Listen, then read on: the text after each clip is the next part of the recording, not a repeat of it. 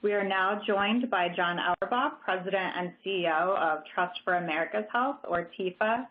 John has held senior public health positions at the CDC and as both Boston and Massachusetts State Health Commissioner.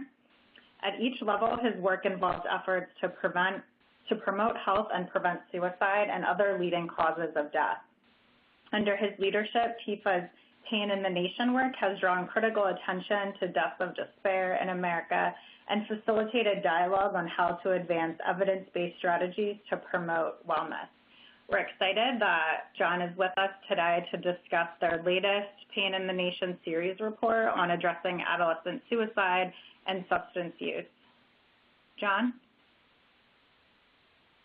Well, thank you very much.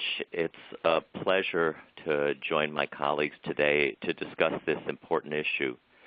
The information I will be presenting is from a recent report that Trust for America's Health released on the topic of adolescent health with the title you see on this slide. It focused on the multi-sector work that is needed to prevent teen substance misuse and suicide, and the full report is available at our website at www.tfah.org under the section on diseases of despair. And at the end of my presentation, I'll highlight the direct link to the report.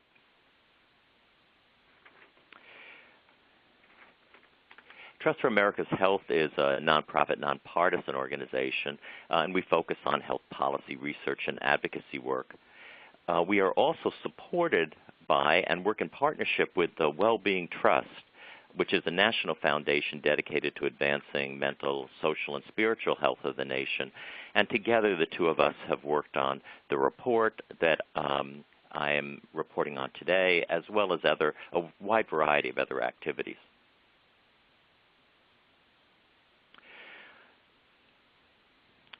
Trust for America's Health is a data-informed organization, and in looking at the most recent data regarding adolescent health, we were pleased to see some good news, so I want to start with that good news. On the chart on the left, hopefully you can see that binge drinking among teens is down. Over the last 2 decades, binge drinking among 12th graders has gone down from about 32% to 14%, with similar drops among 10th and 8th graders. In addition, daily alcohol use by teens is down by 3/4, and past month use among teens is down by 1/2. In another piece of good news, students in 8th, 10th, and 12th grades have experienced a decline in past year illicit drug use from 16% to 9% in 2018. That's the chart you see on the right. These positive signs are encouraging and worth noting because they indicate that we can make a difference in teen health if we invest in evidence-based approaches and apply the resources that are necessary in order to make a difference. And we need that encouragement because, of course, there is also some bad news. Perhaps the most disturbing news, as you've heard already, is that the suicide rates among 12 to 19-year-olds have increased dramatically. In fact, 87% from 2007 to 2017. And that's about 3,000 12 to 19-year-olds who died by suicide in 2017.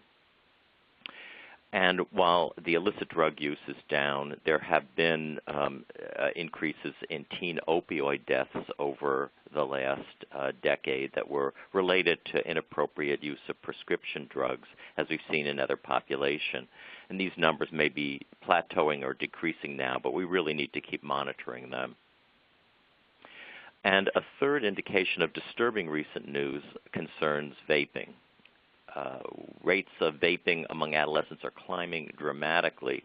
37% of teens report having used an e-cigarette. And in just 1 year, we saw very startling changes you don't really see very often in behavior. From 2017 to 2018, e-cigarette use by high school students increased by 78%, and it increased by 48% among middle students in the same year. Now, when we look at the various data that relates to substance misuse and suicide rates, as Kathleen indicated, we see that all populations are in fact affected, but some populations are at elevated risk, likely as a result of discriminatory or other challenging conditions in their lives. The chart on the left, for example, shows the rate of suicides among American Indian Alaska Native adolescents. It is the highest rate among all race and ethnic groups in the United States. American Indian Alaska Native teens have a suicide rate that's 60% higher than white teens and 2 times the rate of Black and Latinx teens. And as Kathleen indicated, other populations at elevated risk are the gay, lesbian, and bisexual teen populations. And as she mentioned, these rates are much higher. And the staggering number there is 23% of these teens have reported that they've made a suicide attempt. That's almost 1 in 4 of these teens have tried to kill themselves. These rates are much higher than that of their heterosexual peers. Sexual minority teens have other risks as well. For example, binge drinking is 5 times greater among them compared with heterosexual students. And we pay attention to these differences because it makes sense to concentrate specific efforts and specific resources on the populations at elevated risk. There's no single intervention program or policy that's going to resolve the substance misuse and suicide risks for adolescents. And similarly, there's no single sector or location that can adequately address these issues on its own. That's why that, in addition to the focus on school in today's webinars, we need to consider the roles of other sectors. Schools can do a lot, but they just can't do it alone. Because my colleagues will be focusing more attention on the school-based approaches that are needed, I'll complement that somewhat by highlighting the other sectors that have an important role to play. As this slide says, reducing adolescent substance misuse and suicide and other negative outcomes requires an integrated multi-sector approach that's grounded in prevention. And in addition to being multi-sector, the approaches needed exist along a spectrum. We need to have policies that address the upstream causes related to major social and economic factors in the lives of the families and teens and adolescents, as well as paying a lot of attention to building resilience among the children and teens that have already faced or will in fact face trauma, as well as the availability of high-quality, accessible clinical care for those who urgently need skilled services. So think about that spectrum, think about the need for multiple sectors approaches. And to focus the attention on what can be done all along that spectrum and with other sectors, I want to highlight the 5 areas of recommendations that we included in the adolescent report. The first one is supporting and nurturing families. It recognizes that families are key. Teens are part of the families and they exist in communities. And since the conditions in the family and the communities affect them, we have to work to improve those conditions and not view teens in an isolated way. That means paying attention to such things as the social and economic issues facing the family. Do they need safe and affordable housing, a livable income, enough food on the table? Such programs as the Earned Income Tax Credit and SNAP program can help. Without a stable roof over their head and enough to eat, teens experience trauma. They also need access to comprehensive health care services for all members of the family, not just teens, but certainly including teens. And such services need to include benefits for substance misuse and for mental health. It matters for the parents of the teens because if the parents have untreated behavioral health, they can't provide the parental support that's needed. Families also need counseling and training about parenting. Raising children and teens is stressful and difficult, and families need to be involved and supported. Many schools are recognizing the needs of their students, and as they screen them and identify these needs, they need to know that there are places for such referrals in other sectors that can assist the families. The second recommendation area we make involves promoting positive pathways to educational and life success. The school climate matters a great deal, and we've heard and will also hear more about important programs that work in schools, like DASH. We need to expand these programs to ensure that students feel safe and supported in schools and don't have to worry about violence and bullying. And outside of schools, we need changes in other sectors, many of which are also beginning to occur. For example, we need juvenile justice reform to focus more on prevention and on alternatives to punishment. There are many examples of such evidence-based efforts that keep teens from getting onto the track that will lead to incarceration. Finally, in terms of this point, I want to emphasize that involving teens themselves in authentically identifying the problems and meaningfully solving them is also likely to make the outcomes more successful, according to a growing body of evidence.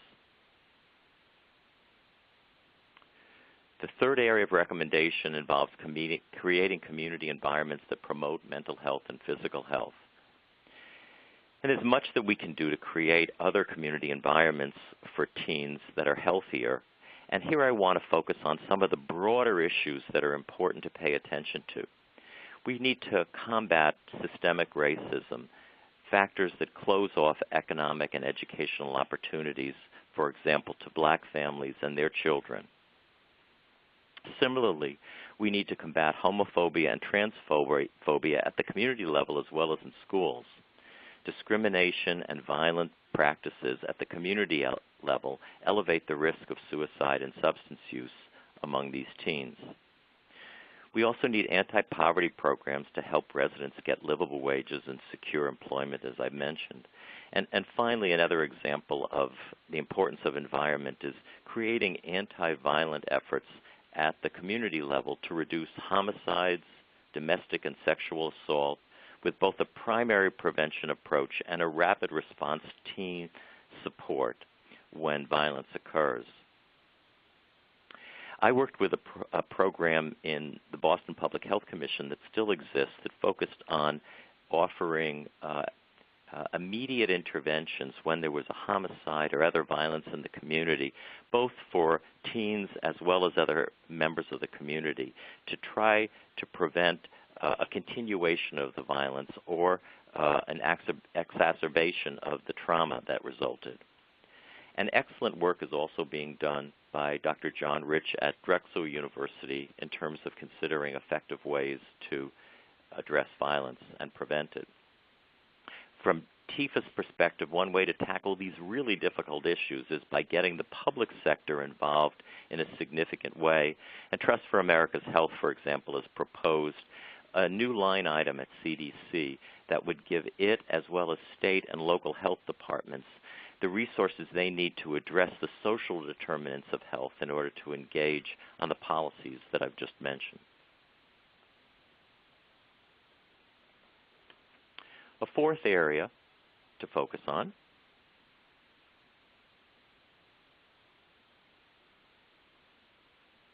should be coming up soon, is building infrastructure to align work across sectors.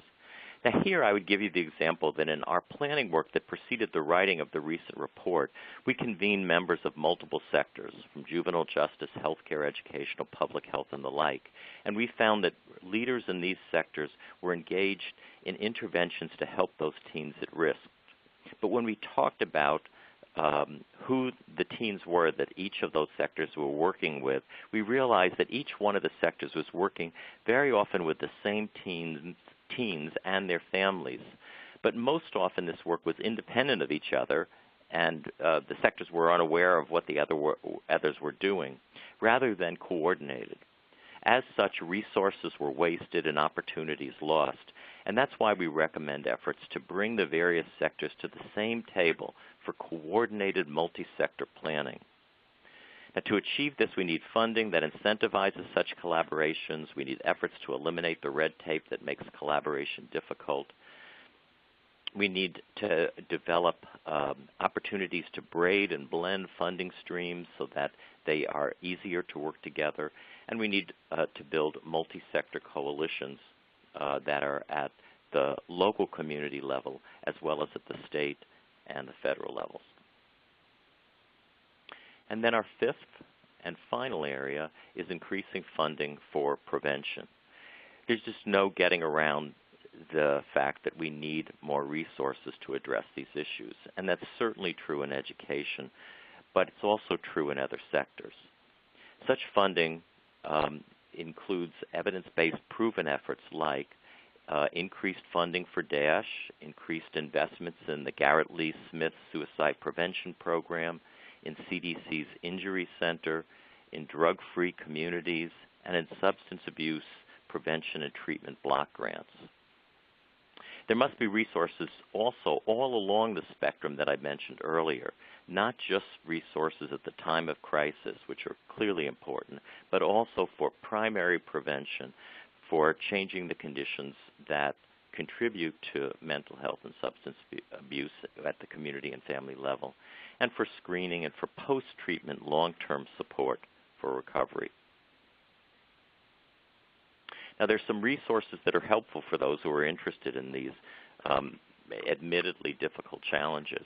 One of those important resources just became available a few weeks ago. It's called Healing the Nation, Advanced Mental Health and Addiction Policy. It's a framework for action. It was developed by the WellBeing Trust, and it provides meaningful solutions that can help advance mental health policy. It focuses on multiple entry points for policy: health systems, judicial systems, educational systems, workplace and employment, and the whole community. So please go to the website on this screen for more information on Healing the Nation. It will also provide you with examples of legislation that's being considered at the federal level to strengthen behavioral health in the schools and in other sectors. Finally, I want you to be aware of a group that Trust for America's Health is a member of called the WellBeing Working Group. Those of you who are on the phone who are interested in knowing more about this or participating in this, please contact the person that's listed on the slide, Jonah Cunningham at jcunningham@tfa.org. The WellBeing Working Group is a collaborative that focuses on primary prevention and health equity strategies to address substance misuse, suicide, and mental and emotional distress, particularly at the federal level. It's intentionally composed of representatives of the multiple sectors I was mentioning, and together the group supports population-level policy strategies to prevent the initial onset of mental health and addiction challenges by improving the social, physical, and economic conditions in communities. We host monthly meetings that you can join if you're interested, and we have a bi-monthly newsletter. And this group is also a part of the WellBeing Trust's WellBeing Alliance, which has a number of collaboratives. This collaborative, as you can tell, focuses on the issues of mental health and substance use. So with that, again, let me say thank you, and I look forward to hearing the presentations from the others on the panel.